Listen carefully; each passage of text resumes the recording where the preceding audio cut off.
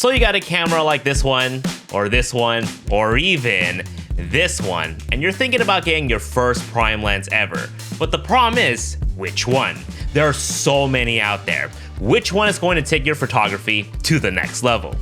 Don't worry, Uncle Jason Vong got you covered, and I already narrowed down to these two choices right here, a 35mm and a 50mm. 50mm. We're gonna start with the nifty 50 first. Now 50mm is the most common prime lens that beginners typically move on to, and I was one of them, particularly because of the price tag. It's usually the least expensive one, and that's all I could afford at the time.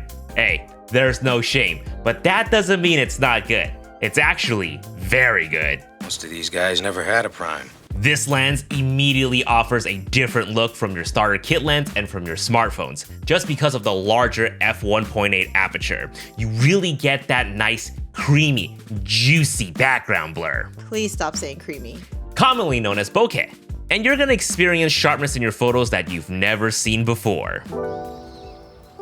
So here we are using a 56mm f1.4, which is slightly longer than your typical 50, but the look is not going to be that much different. I'm also going to be using a black diffusion filter from K&F Concept, which will help us soften up the lighting. And wow, just look at these shots. Here they are in comparison to what you would get from a smartphone.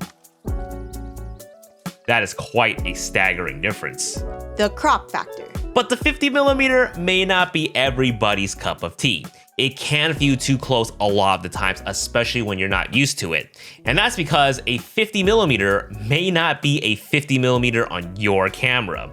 It could be a 75mm. Wait, what? Bear with me here as I try to explain it as easy as possible. Now, there are a handful out there, but the two most common camera sensors that you'll come across today are full frame and APS-C. For cameras that uses the larger full frame sensors, a 50mm lens is 50mm. Easy, that's it. If you're using a full frame camera, just buy a 50mm as your first prime lens. However, APS-C is smaller than full frame, and because it's smaller, it only captures the center portion of the image projected by the lens. This gives the impression of a closer field of view. So APS-C users will always need to take the crop factor into consideration. Multiply the focal length on your lens by 1.5 times and you'll get the full frame field of view equivalent. So 50mm times 1.5 is 75mm. This is why when you're using a starter kit lens or your phone, you're always starting at about a 24mm full frame field of view equivalent. It's always wide, and that's why it can feel jarring when you lift up a camera with a 50mm lens and seeing everything suddenly being too close for comfort. The Vong recommendation. Which is why I believe your first prime lens, in my Vong opinion, should be a 35mm, which, funny enough, when we do the math, is a 50mm full frame field of view equivalent when you take the crop factor into consideration. We're back outside right now, and I'm swapping to a 35mm f2. Just look how cute and tiny this is.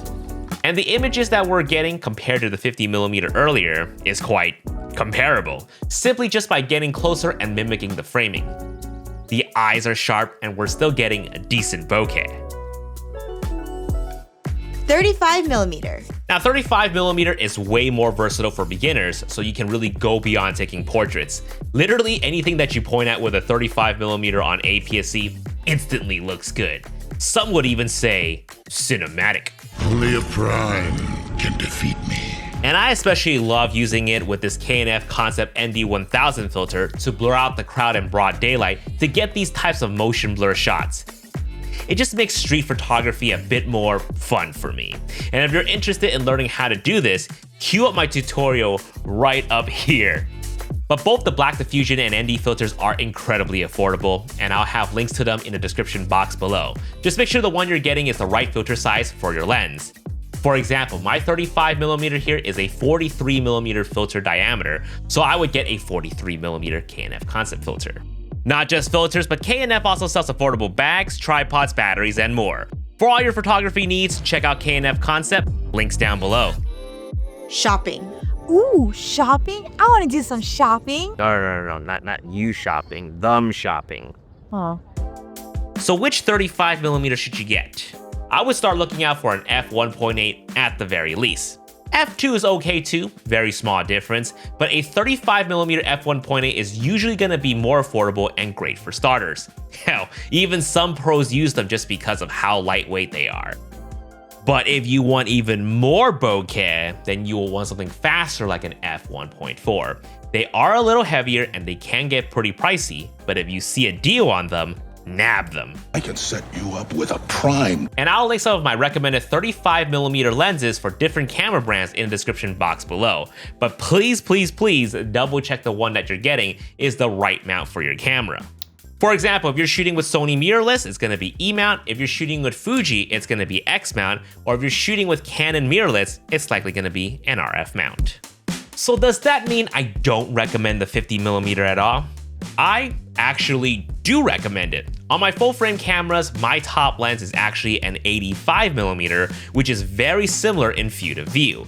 However, it would not be the first prime lens recommendation that I would give. It might be the second or third once you get the hang of things. You had a prime of your own. But if somehow you manage to get your hands on a 50mm APS-C, just make sure to give yourself more room to get the shot and be prepared to be wowed.